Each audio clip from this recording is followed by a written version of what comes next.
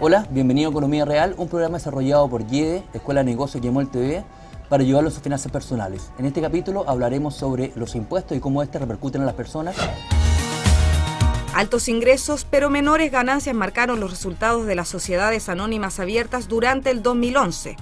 Y es que según una nota publicada por El Mercurio, las utilidades de las empresas cayeron un 19,6% durante el año pasado, mientras que el 45% de las compañías aumentaron sus ganancias. Estas diferencias entre ingresos y utilidades, según expertos, respondió a una alta actividad económica en el país, la cual impulsó al alza de costos como los salarios y servicios asociados a las faenas de las compañías. La legislación de los impuestos en Chile da para entender que ganar dinero es algo malo. En este caso, hay una dicotomía. ¿Por qué cuando empeoran los balances la bolsa mejora? Ahora bien, pese a la propuesta del gobierno de reducir los tributos a la renta, al parecer no es ahí donde más duele el bolsillo. ¿Qué es más fácil? ¿Subirle los impuestos a las empresas o a las personas? ¿Quiénes son los más perjudicados?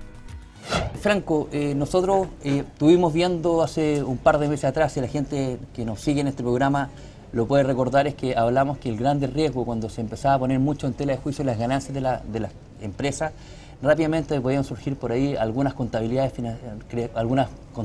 creativas que podían de alguna manera venir a afectar este crecimiento, en donde dice que las utilidades de las empresas cayeron casi un 20% en comparación al año 2010, del año 2011, pero esto dicen que inclusive además que aumentaron sus ganancias, entonces la gente tiende un poco a no entender este concepto. Sí, básicamente estamos hablando desde este titular del día sábado del Mercurio, donde dice: las utilidades de las empresas cayeron un 19,6% en el 2011, pero el 45% de las compañías aumentaron sus ganancias.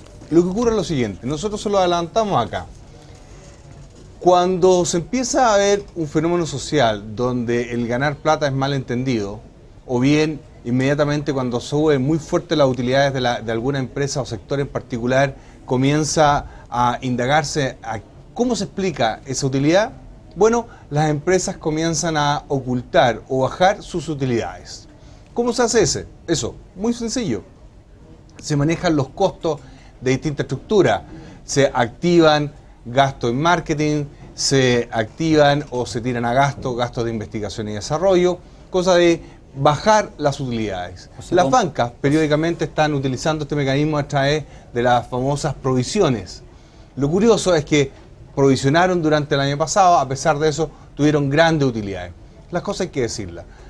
Tener rentabilidad económica no es mala, el problema es cuando se tienen sobre anormales esas utilidades, y ahí es donde tiene que entrar la Superintendencia de Valores y Seguros junto con el Servicio de Impuestos Internos a indagar por qué y cómo se explican esas mayores utilidades, o en este caso, cómo se explican estas mayores pérdidas. De hecho, los tres bancos más grandes de la plaza tuvieron utilidades, según la información que sale de bolsa, sobre 2.600 millones de dólares.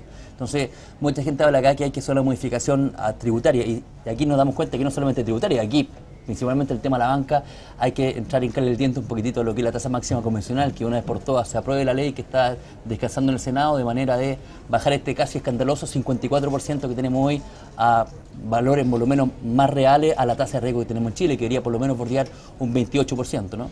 Completamente de acuerdo. Mira, el problema está que uno empieza a analizar a desmenuzar el tema. Cada una de las compañías y se da cuenta, de las compañías de industria, y se da cuenta que las explicaciones sobran. Pero lo concreto es lo siguiente: las ventas, los ingresos por venta de las compañías aumentó un 13%.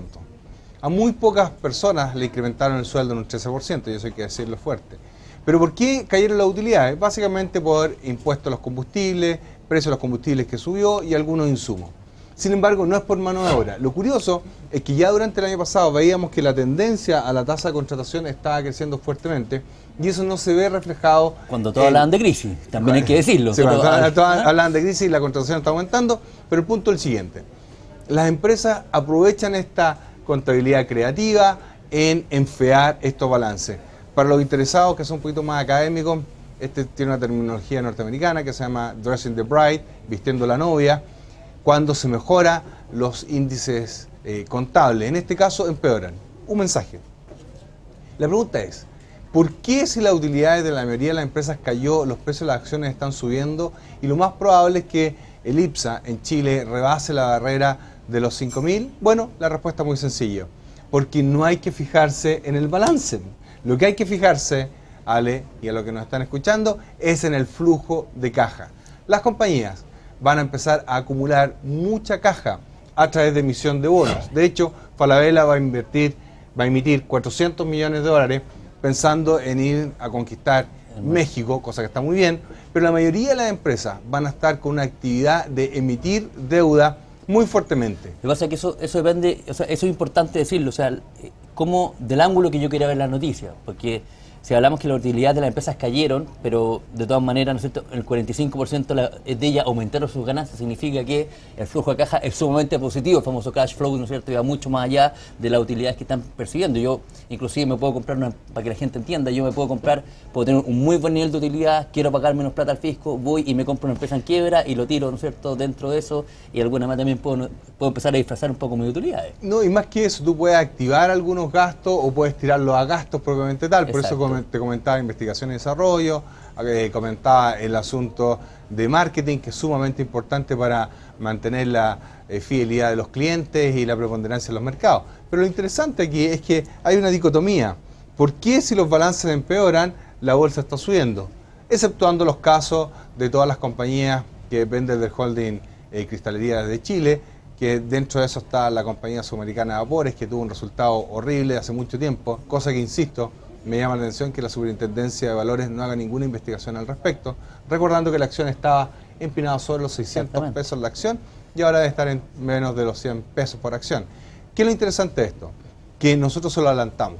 Se lo adelantamos diciéndole, miren, lo más probable es que los resultados contables de las empresas empeoren. Pero como contramano le decimos que lo más probable es que los flujos de caja de las compañías mejoren significativamente, y eso es lo que hay que analizar. De igual forma, salió posteado en todos los web y también en el Mercurio que la Superintendencia de Educación, por ahora la dependencia de la educación superior, va a entregar todos los balances y los flujos de caja. Por favor, no se fijen en los balances de las universidades y instituciones de educación, sino que en realidad en el flujo de caja. Lo importante aquí no es el balance, es el flujo de caja. Y como corolario, podemos decirle que también las empresas, si bien han mejorado sus índices de pago de utilidades, bueno, han aumentado los pagos de impuestos por parte de las personas. Un artículo muy, pero muy bueno que salió el día domingo, ayer en el Mercurio, estuvo muy entretenida la prensa este fin de semana, habla sobre cuánto pagamos de impuestos en total los chilenos. Lo interesante es que el quintil más bajo, que tiene un ingreso líquido, de acuerdo al Mercurio, de 240.000 pesos, paga en impuestos, la pequeña suma de un 26% de sus ingresos. No es menor. Lo interesante es que los tramos más altos, con ingreso líquido de 2.270.000, paga una tasa impositiva de un 22,2%. Es importante que también le expliquemos a la gente, Franco, que estos montos vienen constituidos por un polinomio que va por un lado lo que yo pago directamente por mi global complementario, ¿no es cierto?, que es mi retención por impuesto a la renta, pero también ahí dentro de este análisis entra el tema de los impuestos al IVA, que principalmente apunta a los alimentos, al transporte. Y los específicos. Y los específicos, que obviamente es un factor que la gente, para que logre entender también que por eso llega a estos montos, o sea, no es un tema aleatorio y no es que paguen menos impuestos. Claro, en cuanto a términos de salario, la principal recaudación que hace el fisco en los quintiles más altos de la población son mucho más altos que en los bajos, pero el tema del alimento obviamente tiene un rol bastante protagónico dentro de los quintiles más bajos.